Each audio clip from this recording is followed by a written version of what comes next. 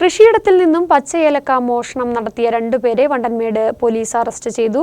Vandanmedu Punnathanam Abhijith Manoj, Nair city Vaniyapurakkal Bibin Babu എന്നിവരാണ് അറസ്റ്റിലായത്.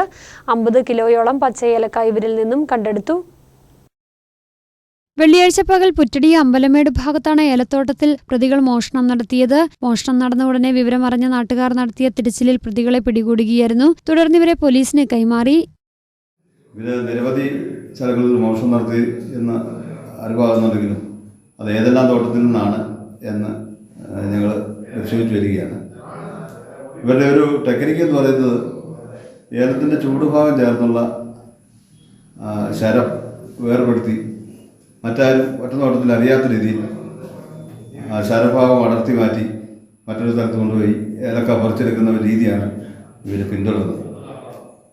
എന്താണെങ്കിലും ഈ കാര്യത്തിൽ ഞങ്ങൾ പോലീസ് വേണ്ട മുൻകരുതൽ നടപടിയും നിരീക്ഷണവും ശക്തമാക്കും എന്നുള്ളതാണ്.